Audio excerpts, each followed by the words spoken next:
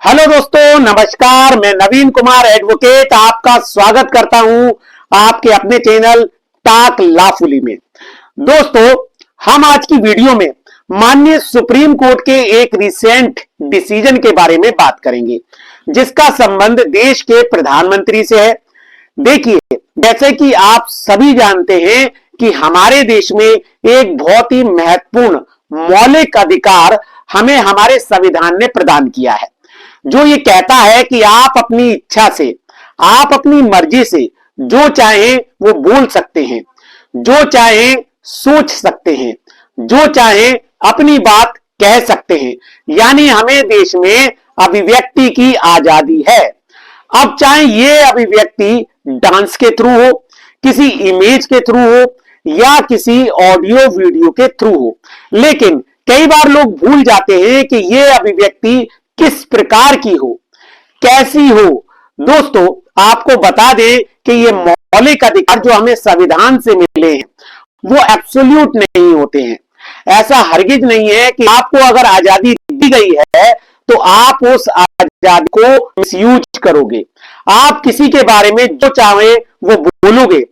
किसी के बारे में कुछ भी आपत्तिजनक कोई कमेंट दे दोगे और आपके खिलाफ कोई एक्शन नहीं लिया जाएगा। तो ये एक बहुत बड़ी गलतफहमी है हमारे देश के कुछ लोगों की। तो ऐसा ही कुछ रिसेंटली देश के प्रधानमंत्री के साथ हुआ है। एक लगभग 25 साल का लड़का अपने खिलाफ दर्ज हुई एफआईआर को खत्म कराने के लिए माननीय सुप्रीम कोर्ट के पास जाता है, लेकिन माननीय सुप्रीम कोर्ट ने बहुत ही महत्वपूर्ण बात कहते हुए उसकी याचिका को खारिज कर दिया और कहा कि अगर आप ये सोच रहे हैं कि आप देश के प्रधानमंत्री के खिलाफ कुछ भी कहेंगे और बाद में आकर ये कहेंगे कि मेरे खिलाफ दर्ज हुई मुकदमे को खत्म कर दीजिए और सुप्रीम कोर्ट इतनी आसानी से केस को खत्म कर देगा, तो ये बिल्कुल भी नहीं होने वाला है। हमारे वर्तमान सीजेआई जस्टिस सूर्यकांत जी की बेंच का ये डिसीजन है। तो चलिए देखते हैं कि क्या है ये पूरा मामला। लेकिन उससे पहले अगर आपने हमारे चैनल को अभी तक सब्सक्राइब नहीं किया है तो आप सब्सक्राइब कर लें, बेल आइकन को प्रेस कर लें, ताकि इसी प्रकार की महत्वपूर्ण वीडियो से आप रूबरू होते रहें। तो बात करते हैं यहाँ एक रिट पिटीशन की, जो एक 25 साल के लड़के द्वारा फाइल की गई, जिसका नाम था गुरुदत्त शेट्टी। ये व्यक्ति खुद एक बीजेपी का वर्कर है और बेंगलुरु में रहता है। इन्होंने अपनी रिट पिटीशन सुप्रीम कोर्ट के समक्ष फाइल करके कहा कि मेरे ऊपर जो गुजरात पुलिस द्वारा एफआईआर दर्ज की गई है, क्योंकि मैंने देश के प्रधानमंत्री के विरुद्ध सोशल मीडिया पर एक पोस्ट डाला था, तो ये जो एफआईआर मेरे ऊपर हुई, इस एफआईआर को खत्म कर दिया जाए। इन्होंने ये पोस्ट अपने सोशल मीडिया ट्विटर के एक्स अकाउंट, जो कि जवाहरलाल नेहरू सैटायर करके है, यहां पे इन्होंने ये पोस्ट डाला था,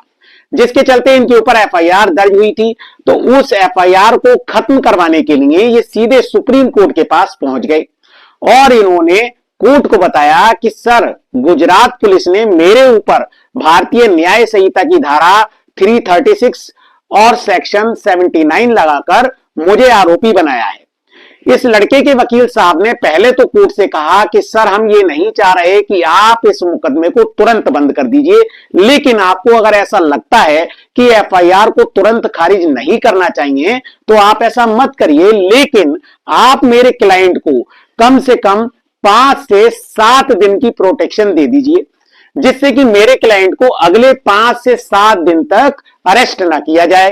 ताकि हम हाईकोर्ट जाकर प्रॉपर तरीके से एंटीसिपेटरी बेल फाइल कर सकें। माननीय सुप्रीम कोर्ट के समक्ष गुरुदत्त शेट्टी नामक इस लड़के ने यह भी कहा कि सर, जिस पोस्ट के लिए मेरे ऊपर मुकदमा दर्ज किया गया है वो पोस्ट मैंने खुद नहीं लिखी है, मैंने तो सिर्फ उसको रिपोस्ट किया है।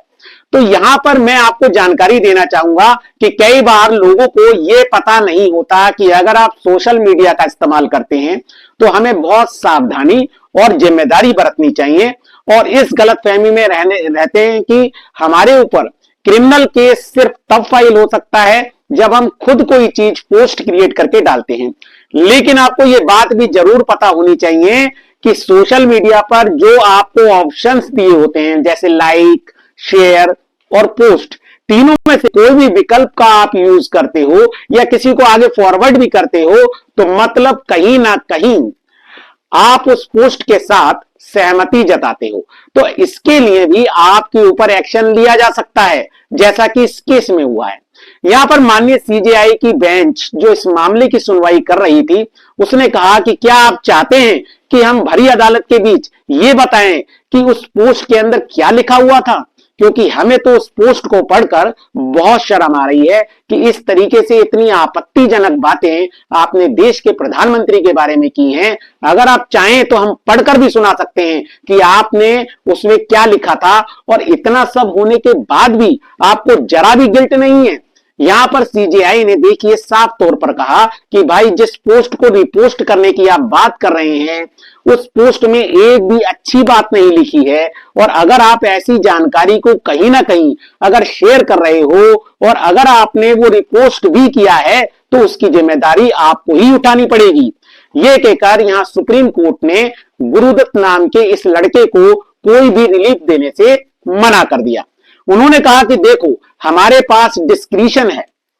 सुप्रीम कोर्ट अगर चाहे केस को खत्म कर सकता है, सुप्रीम कोर्ट अगर चाहे तो आपको प्रोटेक्शन भी दे सकता है, बट सुप्रीम कोर्ट ऐसा नहीं करेगा। क्योंकि आप जैसे लोगों को क्या लगता है कि आपके पास जो ये फंडामेंटल राइट है, आपके पास जो मौलिक अधिकार है, या आपके पास ये फ्रीडम स्पीच एंड एक्सप्रेशन है, तो आपको लगने लगा है कि आप पूछ सकते हैं किसी के भी बारे में और आपको कोई कुछ नहीं बिगाड़ पाएगा आपका। तो ऐसा नहीं है। सुप्रीम कोर्ट ने कहा कि भाई ऐसे केसेस में जहां पर उसको जरा सा भी पछतावा नहीं है,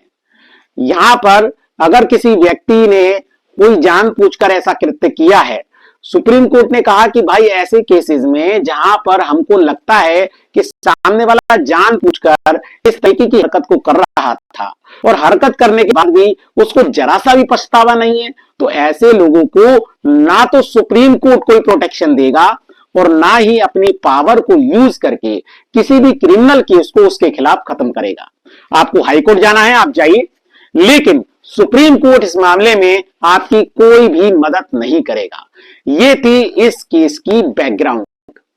तो आपने सुना कि एक गुरुदत्त नाम के लड़के द्वारा सोशल मीडिया पर एक पोस्ट डाला गया, और जिस तरीके के शब्द उस पोस्ट में इस्तेमाल किए गए थे, उसके माध्यम से वह देश के प्रधानमंत्री की छवि और रेपुटेशन को नुकसान पहुंचाने की कोशिश कर रहा था। यहां पर इस लड़के ने बताया था कि जब इस लड़के पर एफआईआर हुई थी तो अहमदाबाद पुलिस वाले उसके घर आए थे और उन्होंने बिना किसी वारंट के उसे अरेस्ट कर लिया था और उसे जबरदस्ती कार से लेकर जाया गया और ये गुजरात लेकर पहुंच गए थे, और बाद में इन्होंने इसे नोटिस दिया था। आपको अच्छी तरह पता है कि अगर इस तरीके से पुलिस आपको गलत तरीके से अरेस्ट करती है और पुलिस आपको अरेस्ट करते समय नहीं बताती है कि आपको क्यों अरेस्ट किया जा रहा है, तो ये आपका फंडामेंटल राइट का वायलेशन होता है, जिसकी वजह से आप एक रिट पिटीशन हाई कोर्ट या सुप्रीम कोर्ट में डाल सकते हो। तो यही कारण था कि इस लड़के ने सीधे सुप्रीम कोर्ट के सामने जाकर एक रिट पिटीशन फाइल कर दी कि भाई जो मुझे अरेस्ट किया गया था, जो एफआईआर मेरे ऊपर दर्ज हुई थी, वो गलत है, वो असंवैधानिक है, और इसलिए इस केस को यहां पर खत्म किया जाना चाहिए। लेकिन ये सारी बातें होने के बावजूद माननीय सुप्रीम कोर्ट ने कहा कि भाई हम इस पिटीशन को यहां पर एंटरटेन नहीं करेंगे और इस पिटीशन को डिसमिस किया जाता है बिना आपको कोई प्रोटेक्शन दिए। तो दोस्तों, इस केस का नाम है गुरुदत्त सेट्टी बनाम स्टेट ऑफ गुजरात 2025। मुझे उम्मीद है ये केस आपके समझ में आया होगा। आज की केस स्टडी आपको कैसी लगी, आप एक कमेंट करके जरूर बताना, हमें आपके कमेंट का इंतजार रहेगा। नमस्कार।